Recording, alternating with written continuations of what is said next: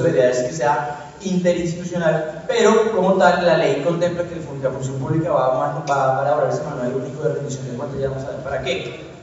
Todas las entidades públicas de la rama ejecutiva, entiéndase presidente, gobernador, alcaldes, de la rama ejecutiva en los diferentes niveles territoriales, que deben hacer dos cosas muy importantes y que ustedes tienen que formar parte de ese esfuerzo, porque es para ustedes, para nosotros, en este caso, a este carnet, yo diría para nosotros como ciudadanos, es eso: elaborar anualmente una estrategia de rendición de cuentas, la cual será incluida en el plan anticorrupción y de atención a los ciudadanos. Este tema es justamente muy democrático y es obligatorio para todas las entidades del orden ejecutivo, y también comprometerse ellas, las entidades públicas, a realizar y generar espacios y encuentros, bien sea como estos o a nivel virtual, presenciales o virtuales, para la rendición de cuentas. Eso es muy importante. Ustedes tienen que exigir que esa rendición de cuentas se vaya dando periódicamente o cada vez que se necesite para que las entidades lo hagan. Y no solamente las entidades de nivel ejecutivo, sino también todas las corporaciones públicas del orden territorial deben elaborar anualmente el plan de acción de rendición de cuentas. Esto incluye, por supuesto, asambleas y consejos, para que lo tengan muy presente y ustedes mismos puedan tocar la puerta y exigir todo este tipo de cosas. Al control social de lo público, pues, ¿qué pasa con el control social? ¿Cuál es el gran objetivo del control social? Es hacer el respectivo seguimiento y evaluación de las políticas y de la gestión desarrollada por las autoridades públicas y por los particulares. No solamente el tema de la gestión desarrollada por lo público, sino también por el tema de los servicios públicos domiciliarios. Digamos, como hay cierta dualidad ahí en ese sentido, muy seguramente las autoridades públicas, como por ejemplo las empresas de servicios públicos domiciliarios, es muy importante tenerlas en cuenta, porque nosotros también podemos hacer ese control social, vigilar paso a paso qué se está dando, qué se está haciendo y por qué lo están haciendo de esa manera. Y ahora, aquí hay una pregunta que sí quiero hacer, es: ¿mediante qué instrumento se puede desarrollar ese famoso control social? ¿Ustedes qué creen que es el primer instrumento, la primera instancia que se les viene a la cabeza? ¿Cuál? No. Es una instancia. Ahí vamos a ver que un derecho de petición no es una instancia y un mecanismo. ¿Qué puede ser? No. Exactamente, aquí el panel principal me acaba de responder: las veedurías ciudadanas. Las veedurías ciudadanas son el primer instrumento, en este caso, la primera instancia de participación, que muy seguramente se nos viene a la cabeza. ¿Por qué? Porque existen todo el tiempo, están ahí pendientes de lo que pasa en la administración, en las administraciones, y están reguladas por la ley 850. Entonces es muy importante tenerlas en cuenta. Hay muchos veedores ciudadanos, supongo, aquí en Cali, y eso es uno de los grandes instrumentos. Pero ¿qué pasa con la ley? La ley dice, bueno, no solamente las veedurías ciudadanas pueden hacer control social, resulta que hay otros instrumentos y elementos importantísimos para esta acción, que son las juntas de vigilancia. También, aparte de las juntas de vigilancia, no les voy a decir qué son y qué se comen, pues, porque resulta que hace falta la reglamentación a estas juntas de vigilancia dentro de la ley. Están nombradas como un nuevo cuerpo o un nuevo estamento, una nueva institucionalidad que se lleva a cabo para el control social, pero todavía no están reguladas, igual que estas. Los comités de desarrollo por ahora no están tampoco reguladas, pero están sometidas, digamos, dentro de la ley para ser reguladas posteriormente. Igual que estas, las auditorías ciudadanas. Estas tres son nuevas, y hay otras que son un elemento muy grande que abarca una cantidad de sectores de la sociedad civil, que son estas últimas, las instancias de participación ciudadana. Y vamos a ver en qué consiste instancia de participación como tal, y como una definición para que tengan presente que tengan muy en cuenta eso. En el caso que busca el control social, son tres cosas puntuales y que muy seguramente ustedes ven que hacen falta a la hora de cómo empezar a dinamizar un poco el proceso de participación ciudadana. Uno, fortalecer la cultura de lo público en el ciudadano, es decir, darle garantías al ciudadano. ¿Para qué? Para empoderarlo. Es decir, de nuevo, el control político no lo ejercen de institución a institución, no, son los ciudadanos a sus instituciones para decirles: esa plata que ustedes están destinando para tal fin, para uno, para otro fin, es importante para nosotros, y nosotros también queremos observar qué pasa con eso. Fortalecer esa cultura de lo público, porque a veces la gente solamente piensa en sus cuestiones particulares y no en lo público, que viene siendo de todos inclusive. Entonces, segundo, incentivar la participación ciudadana para que esta logre que las autoridades hagan un manejo transparente y eficiente de todos los recursos. La transparencia en aras de contribuir con un menor grado de corrupción es muy importante el tema del control social. Entonces es muy importante que hagamos eso. Como también en tercer elemento es un tema de prevención y no de curación. Ya se me quedó como grabado el tema de esa famosa frase como coloquial de no llorar sobre la leche derramada, porque vamos a llorar sobre la leche derramada ya diciendo ya se robaron la plata, ya se llevaron esto, ya no hicieron aquello. Entonces lo que hay que hacer es que el control social se vuelva un ejercicio de prevención, es decir, antes de hacer todo lo que tenemos que hacer, vamos a ver cómo lo vamos a hacer. No vamos a terminar diciendo, lo hicieron de esa manera también. O sea, malversaron fondos y ya hablamos de rendición de cuentas y ya nos dimos cuenta de todos los números en rojo. La idea, por supuesto, es prevenir antes que curar, que es muy importante el llamado que hace el control social acá en la ley. Siguiente. Acá viene el aspecto novedoso y quiero que tengan muy presente esto porque Cali está avanzando muy bien, muy significativa en este aspecto importante de la ley, que es la coordinación y promoción de la participación ciudadana. ¿Qué hace referencia con eso? Que es mucho lo que estamos haciendo desde el Ministerio. Y eso ya lo hicimos, por ejemplo. Se crea el Consejo Nacional de Participación Ciudadana y eso es muy importante tenerlo en cuenta. Resulta que el 11 de diciembre, junto con el señor ministro, hicimos un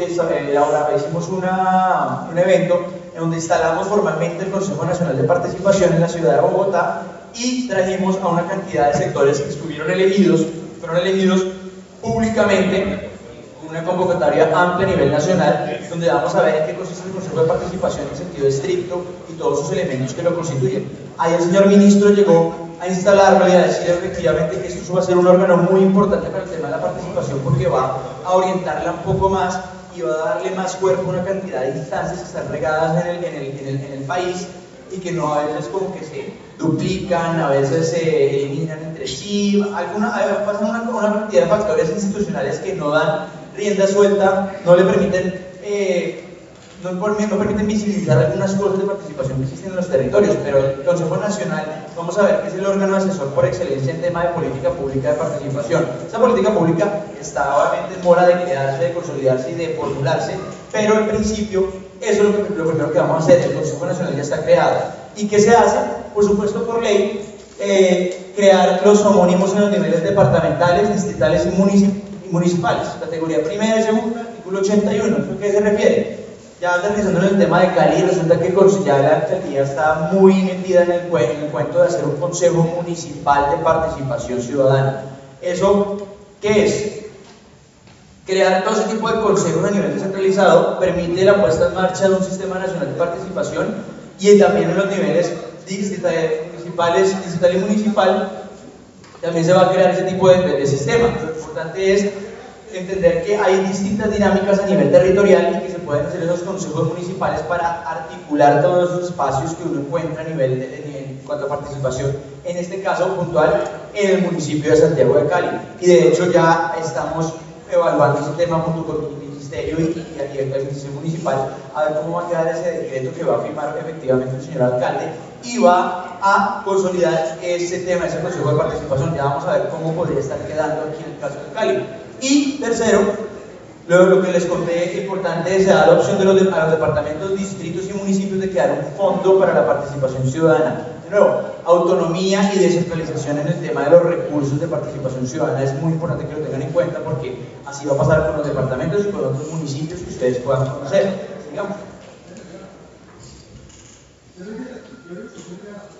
El Sistema Nacional de Participación, ¿cómo puede pensarse? Ya dijimos que es un Consejo Nacional y vamos a ver cómo se va centralizando. Rápidamente podemos pasarlo para que ellos tengan en cuenta esto. El Consejo Nacional de Participación como la cabeza visible de todo el tema a nivel nacional, el que concentraría todos los esfuerzos a nivel descentralizado y se llevan al Consejo Nacional, por ejemplo. Y obviamente estos niveles están en estas tres cosas, digamos, Consejo Departamental, consejos distritales y consejos municipales de participación. Básicamente es a grandes rasgos el sistema, sin embargo el sistema debería ser un poco más complejo en cada una de sus etapas. Y aquí hay una cosa importante que son las comisiones regionales de moralización, que son encargadas de evaluar paulatinamente, esto lo hace la Secretaría de Transparencia junto con nosotros, de evaluar todo ese tema de anticorrupción y eso, los avances también de participación ciudadana que existan en el territorio y que deban ser subsanados rápidamente. También con el tema del control social sobre la gestión pública, por toda parte de las autoridades locales, municipales y departamentales. Más o menos este comité la idea es que concentre sus esfuerzos en velar porque en las entidades territoriales se puede hacer algo importante. Ahora sí, el Consejo Nacional de Participación, para que lo entienda rápidamente, es todo esto que voy a decir. Rápidamente vamos entendiendo qué es. El Ministerio del Interior es quien preside este Consejo Nacional de Participación. El Departamento Nacional de Planeación hace sus veces de secretaría técnica, que está pendiente de la planeación, por supuesto, de la convocatoria, de que se cumplan los pactos establecidos ahí, las actas de cada una de las sesiones, etcétera, etcétera. Las entidades territoriales, por supuesto, tienen un papel muy importante, puesto que hay un gobernador elegido por la Federación de Departamentos. Esta federación elegida por la Federación de Gobernación, elegida por la Federación de Departamentos, pues ahí está, tiene su asiento, y es en este caso es la gobernadora La Guajira quien quedó elegida para formar este Consejo de Participación. Seguido de esto está elegido por la Federación Colombiana de Municipios. Ahí en este momento todavía no tenemos quien nos dé esa representatividad, pero estamos, obviamente, de municipios está avanzando en el tema para ver qué alcalde de todos los más de 1000 municipios que existen en el país, o 1100, más de 1100, pueda estar ahí metido inmerso en este asunto. ¿Sí? Acá viene el capítulo, por supuesto, de sociedad civil, que muchos de ustedes van a sentirse identificados con el tema. Acá hay un representante del Consejo Nacional de Planeación o asociaciones de consejos territoriales de planeación. Ese es el primer elemento de sociedad civil que encontramos dentro del Consejo. Segundo, el tema de las asociaciones de víctimas. Acá las víctimas, por supuesto, forman parte vital, puesto obviamente el contexto en el que nos desenvolvemos y todo lo que tiene que decir una víctima en torno a la participación ciudadana, cómo se va a gestar en su, digamos, en su vida o en su, digamos, en su escenario, en el escenario donde se desenvuelve. Hay que oírlos porque es un elemento muy importante en eso. Tercero, me imagino que cada alguien se sentirá identificado con el tema, la Confederación Comunal. Ya vamos a ver que es una de las grandes organizaciones sociales que existen en el país. De hecho, yo creo que es la más antigua de todas, más de 50 años haciendo una cantidad de cosas que es muy importante tener en cuenta y traer a colación. Cuarto, un representante de la Asociación Colombiana de Universidades, ASCUN. Por supuesto, la academia también es importantísima, puesto que permite reflexionar sobre algunos puntos a tratar dentro de la participación, dentro de la ley misma, todos esos esfuerzos que se hacen, tejidos asociativos, tejidos sociales, etcétera, etcétera. Un representante de la Confederación Colombiana de ONGs, por supuesto, digamos, las acciones al margen de toda la institucionalidad son muy importantes, al margen, digamos, del gobierno y de todo el Estado en sí mismo, es muy importante tenerla en cuenta. Por supuesto, las federaciones o asociaciones de veeduría ciudadana son vitales, ya como vimos, teniendo en cuenta ese concepto que está ahí, por supuesto no pueden quedar exentos de formar parte de este consejo. Siguiente. Gremios económicos, Penalco, ANDI, una cantidad de FEDEGAN, todo ese tema de esos gremios económicos están acá metidos y tienen nuevamente su representante dentro del consejo. Siguiente. Los sindicatos también, por supuesto, mucho tienen que decir, son muy militantes, son muy importantes en este esfuerzo. Asociaciones campesinas, este país es eminentemente rural y no podemos dejar al margen ese tipo de cuestiones. Quizás todavía sigue siendo un poco de aquí, un poco de allá, pero de todos modos el tema campesino es todavía algo trascendental. Grupos étnicos entendidos como afrodescendientes, palenqueros, rom, indígenas, etcétera, etcétera, etcétera. Las mujeres, por supuesto, que pues, siendo yo hombre, sé que ustedes mujeres participan muchísimo más que nosotros en muchos aspectos, son mucho más lideresas, inclusive tienen la iniciativa muchísimo más visible que nosotros en muchos aspectos, por supuesto, son muy importantes en este esfuerzo y ahí están.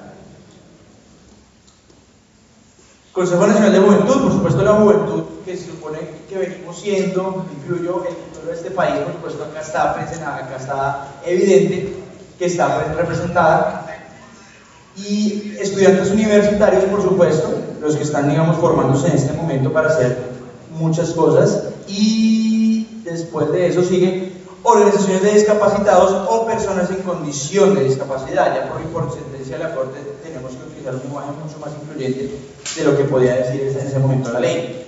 Falta, digamos, modificar ese asunto. Y por último, representantes de las juntas administradoras locales, que eso de pronto aglutina toda una cantidad de cosas. En esencia, estos son los miembros que existen Consejo Nacional de Participación. Ahora, ustedes pueden preguntarse, de pronto me ocurrió una organización civil que no está formando parte aquí del Consejo. ¿Qué pasa? El Consejo no le cierra las puertas a otras organizaciones civiles. Muy seguramente la idea hubiera podido ser meter a todo el mundo, pero obviamente tiene que existir como un parámetro para poder crear esa institucionalidad. Y lo que dice después de esto en la ley es que pueden convocarse y se pueden invitar a más miembros del Consejo, a más organizaciones de la sociedad civil como miembros invitados permanentes, lo cual hace posible que haya una interacción entre otros temas que de pronto no se puedan tocar con estos actores, sino con otros más adelante que están ahí también inmersos en la ley. Eso es un ejercicio también interesante que se puede entender como un insumo fundamental en este esfuerzo. Novedades de la Ley de Participación Ciudadana, para recapitular lo que estoy diciendo. ¿Qué dice?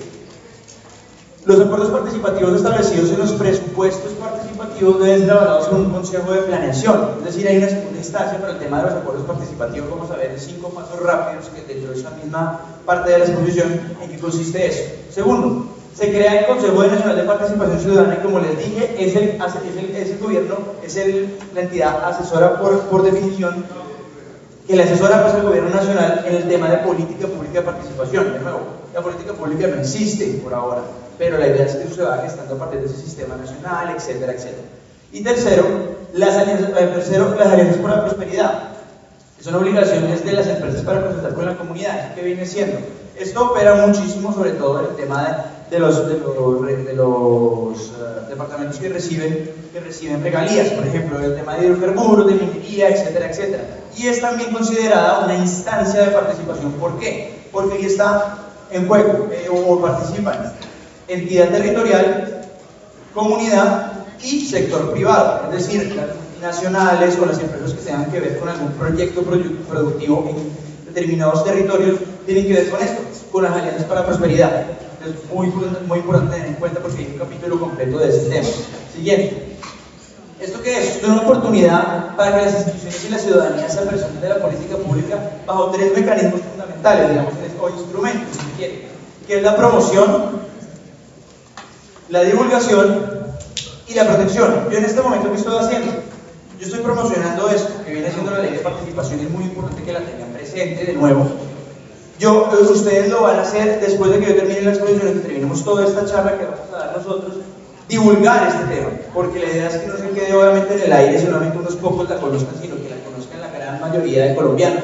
Eso es divulgación. Y protección es tener en cuenta que hay una normatividad que nos va a permitir garantizar ese derecho fundamental y poder ejercerlo fundamentalmente con las garantías que hay en este caso. Pues hay una cantidad de normativas jurídicas e institucionales que nos permiten adueñarnos de este derecho fundamental.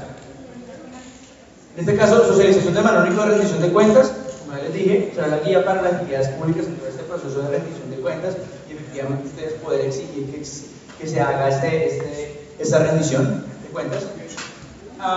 También acá hay un aspecto muy importante que quiero aterrizar puntualmente en esto, porque los incentivos simbólicos a la participación, como les decía, a veces no existían como cuestiones que persuadieran a todos ustedes en su momento para poder participar. ¿Y participar para qué? Pues no va a pasar nada, todo lo hacen ellos, no lo hacemos nosotros, ya elegimos a alguien, ya para qué más. Entonces, todo ese tema, esa lógica un poco unilateral de que ellos van a elegir, ellos van a hacer todo por nosotros y no nosotros por nosotros mismos. Entonces, este tema de incentivos simbólicos es importante. ¿En qué medida? Hay varios aspectos en la ley donde se destacan, digamos, una cuestión, visibilizar, digamos, este tipo de experiencias exitosas del territorio que a veces no se conocen a nivel nacional y son muy importantes tenerlas claras. Digamos, siempre hago este ejercicio de comparación en donde, digamos, no sé si ustedes sepan o se acuerdan del tema de Titanes Caracol, por decir algo. Este tema de Titanes Caracol presentaba el valor de una acción desinteresada de parte de una persona que ayudaba a una comunidad. Es más o menos ese estilo, en eso es lo que se quiere pensar dentro de la Semana de la Participación, o inclusive más adelante, para poder otorgar el Premio Nacional a la Participación Ciudadana. Eso es por un lado. Y el tema institucional, y saltar por diversos medios de comunicación todo ese tema para brindar garantías para que la gente siga haciendo eso y se vuelvan efectos multiplicadores en territorio. Y segundo, un tema muy importante, hay varios, pero digamos el tema más importante en el tema de los incentivos para las entidades territoriales es poder destinarle más recursos a esas entidades territoriales, es decir, el DNP hace una medición y le va a subir un gradiente más o un punto más en su calificación a esa entidad territorial que busque que toda la ciudadanía utilice estos instrumentos que da la ley o cualquier instrumento que la participación ciudadana se pueda ver exaltada. Y por último, acuerdos participativos, donde tenemos 5 etapas fundamentales: recopilación de necesidades de la comunidad, programación participativa del presupuesto, asignación equitativa, eficaz y transparente de los recursos, uso de los recursos a través del control social de las decisiones públicas y compromisos de acuerdos adquiridos. Todo eso, más o menos, es como lo que concentra el tema de acuerdos participativos y tiene mucho que ver con todas las líneas que hemos trabajado en el momento. Sigamos. Ya para ir finalizando, tenemos 5 grandes retos que a los que tenemos que apuntar y reflexionar a partir de ellos. ¿Para qué? Para entender, obviamente, hacia dónde tenemos que apuntar como tal desde la ley para que la participación ciudadana sea realmente una realidad y no una cuestión puramente normativa. Entonces vamos a ver unos 5 grandes elementos. En principio, perdón, no sé por qué está como corrida esta presentación, es generar la motivación necesaria para que la ciudadanía ejerza su derecho a participar y a intervenir en los asuntos que la afectan. A veces, como les decía, entonces la fragmentación del espacio de participación a raíz de la dispersión normativa hacía posible una suerte de monopolización de toda esa participación. Entonces, sigamos. Brindar la oportunidad a las regiones para que ellas instalen espacios de participación en el territorio y para que afecten la decisión de manera, por supuesto, positiva de la gente que uno eligió en las regiones, por ejemplo, el alcalde o el gobernador de los departamentos del país, para que esto realmente haga posible que se pueda, digamos, tener influencia en las decisiones que les digo. Tercero, promover la cultura política, porque a veces somos demasiado individualistas. Entonces lo importante en ese sentido es promover lo que viene siendo esa cultura política, que a veces pierde también validez con eso de hablar de responsabilidad colectiva, porque a veces responsabilidad colectiva no tenemos mucho que digamos. Entonces la idea, por supuesto, es entender que la responsabilidad es efectivamente de todos nosotros, no de uno por uno, sino de todos como comunidad, para poder ejercer esa cultura política y tenerla fortalecida de manera visible y notoria. Cuarto, desarrollar canales de interlocución para que existan realmente canales de confianza también entre instituciones y comunidad, porque a veces creemos que eso no existe, eso está muy revaluado y quizás no vemos que existe esta interrelación dinámica que debería existir para poder hacer una cantidad de cosas entre un actor y otro. Y quinto, un tema muy importante, como les decía, que el tema del voto popular es muy importante, puesto que, digamos, hagamos de cuenta que la democracia es una moneda, pero a veces esa moneda siempre está caída y estamos viendo solamente el tema del voto popular como democracia participativa representativa que es. Estamos dándole y delegándole un esfuerzo, digamos, el tema democrático a una persona para que esa persona termine nosotros representándonos en alguna corporación pública, sea cual sea la corporación. Pero en este caso la democracia participativa pierde validez. ¿Por qué? Porque dejamos eso delegado y nunca nos apersonamos de una cantidad de procesos que ellos mismos están surtiendo en sus entidades. Entonces es importante tener en cuenta que la participación ciudadana es la participación ciudadana como el complemento de la representación política y no como el sustituto. O sea, democracia es representativa y democracia es participativa. Son dos cosas y son dos cosas muy importantes que deben ser complementarias, no excluyentes entre sí. Es básicamente. Entonces con esto voy a terminar con esto último. ¿Qué es esto? Una pregunta rápida para que ustedes tengan eso muy presente y sepan de dónde proviene cada uno en cuanto a participación se refiere. ¿Son lo mismo los mecanismos, las instancias y los canales de participación ciudadana? Por supuesto no lo son. Entonces tenemos en cuenta que, primero, los mecanismos de participación ciudadana solo se contemplaron antes de la ley, por supuesto, en la ley 134 del 94. Ahí están contemplados todos los mecanismos de participación, pero como les decía, tenían topes muy altos y muy poca gente los utilizaba. Eso es en principio una cosa. Dos, acá hay algo muy importante, yo creo que ustedes forman parte de todo esto. Todo esto tiene que ver con las instancias de participación ciudadana. vamos a ver en qué consisten. Son espacios de interlocución entre institucionalidad y ciudadanía que buscan afectar positivamente, por supuesto, un tema en particular. Es decir, todo lo que tenga que ver con control social, veedurías, de vigilancia, como les dije, todo eso son instancias de participación como tal. Esos son instancias de participación. Y tienen que ver, por supuesto, con generar control social. Hay instancias de participación para el tema de empleo, de salud, de vivienda, de servicios públicos, etcétera, etcétera. Todo es para atacar un problema puntual y mucha gente se organiza para eso. La acción comunal, propiamente dicha, es una instancia de participación, puesto que si la acción comunal, por ahí veo que ustedes son jueces de paz, ¿cierto? Muy seguramente lo podemos entender también como una instancia de participación que tiene que ver justamente con eso, con el tema de la paz, de cómo dirimir algún tipo de disputa, etcétera, etcétera, etcétera. Eso corresponde al tema de canales de comunicación entre instituciones y ciudadanía. Y por último, hay una cuestión que ahí también habíamos referido acá, que son los canales de participación, que son algo muy sencillo, muy puntual y muy directo. Hablamos obviamente de instituciones y ciudadanía, pero vamos a ver que son todas aquellas formas a través de las cuales los ciudadanos pueden interactuar de forma directa con el Estado. Derechos de petición, acciones de tutela, puntos de atención al ciudadano, plataformas virtuales, atención, quejas de reclamos, todo ese tipo de cosas son canales de participación. Si quiero demandar y denunciar algo, puntualmente digo, Estado, tome mi denuncia, eso es más o menos un canal de participación, no es otra cosa más. Y para finalizar, volvamos a lo final, pero no pasar lo demás. Bueno, eso son instancias de participación, niveles de participación muy fácil: información, consulta, iniciativa, gestión, veeduría, constitución y decisión. Seguimos con lo otro, que como se menciona, un proceso participativo. Quería hablar un poco del tema, pero estoy por todo tiempo, información completa y imparcial que estudiamos en este momento, ¿no? Yo, espacios de deliberación donde se discute y se vota corriente, se debate, etcétera, etcétera, para llegar a un espacio de incidencia que es realmente lo importante y lo que conocemos como organización social es como el resultado de todo ese proceso. En este caso, ahí sí esperemos un poquito. Hay tres cosas que quiero dejar como reflexión para finalizar ya mi intervención, y son estas. Resulta que hay una fila para criticar, seguro. Hay otra fila para sugerir lo que debe ser hecho, pero también hay una fila para hacer. La pregunta puntual es, ¿qué fila vamos a escoger? Porque ya estamos viendo que hay mucha gente que hace esto, hay otros también que hacen lo otro, pero para hacer esto hay muy poca gente detrás. Entonces la gran invitación, ya recapitulando y concluyendo, por supuesto, es preguntarnos qué fila vamos a escoger. ¿Será que vamos a escoger esto que es tan tedioso y que va a durar y va a eternizarse por los siglos de los siglos? ¿O la ley que nos brinda otra garantía, una cantidad de garantías para lograr pasar de esto a pasar a eso?